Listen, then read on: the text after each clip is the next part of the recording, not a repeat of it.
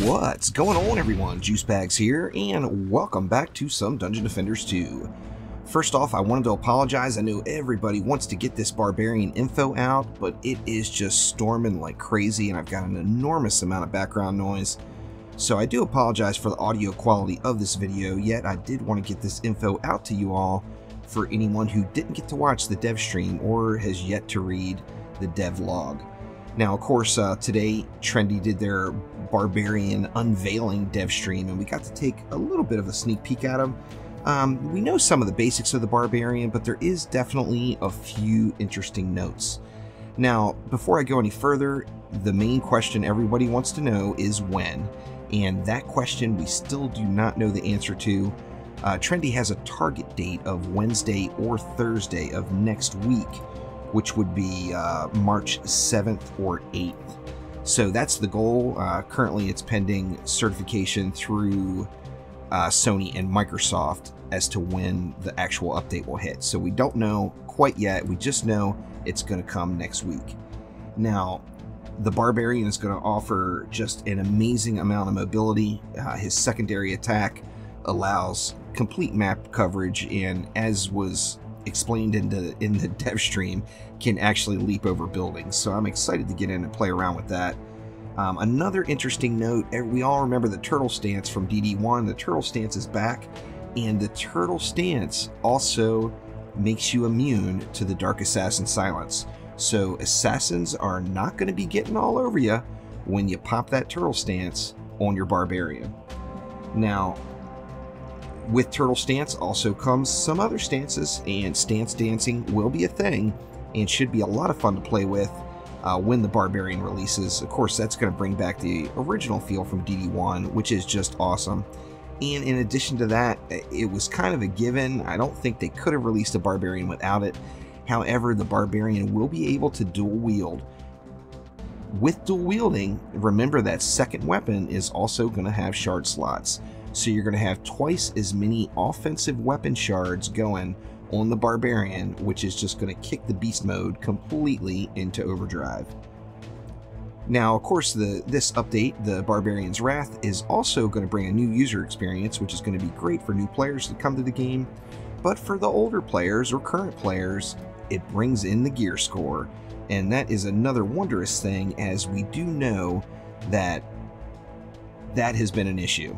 That's been an issue since Trials released, and it's going to be nice to have that visibility to know exactly where you stand, if an item that you just found is better, and where you want to get to. So gear score is going to be just amazing, and I'm so glad it's added in. Now, on that note, I wanted to read this little clip from the devlog, which came after the dev stream. The links to the dev stream and the devlog will be down in the description below. I do encourage everyone to go through and get the full skinny. However, I did want to read this one post, and this is from Jose. We know he is one of the designers from Trendy, and it says, "I want to say under no ambiguity, muling is dead. The gear that we are dropping in the game has no relation whatsoever with what you have equipped or what's even in your inventory. The strength of items that you see in DD2 is going to be tied to your progression. The more you play, the stronger items you will see across all game modes." And that statement right there really stood out in the devlog itself, and it's just going to be an absolutely awesome addition to the game. It needed to be there this whole time. Those of us that have been playing the game since the Trials came out know that it's been a constant frustration, and gear score is going to be a very good thing and add that visibility to your progression.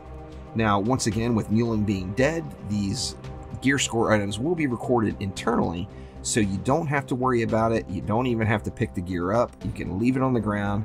If something with a higher gear score rolls, that's going to be logged, and you're going to be seeing improvements based off of that number each map you play and in each game mode.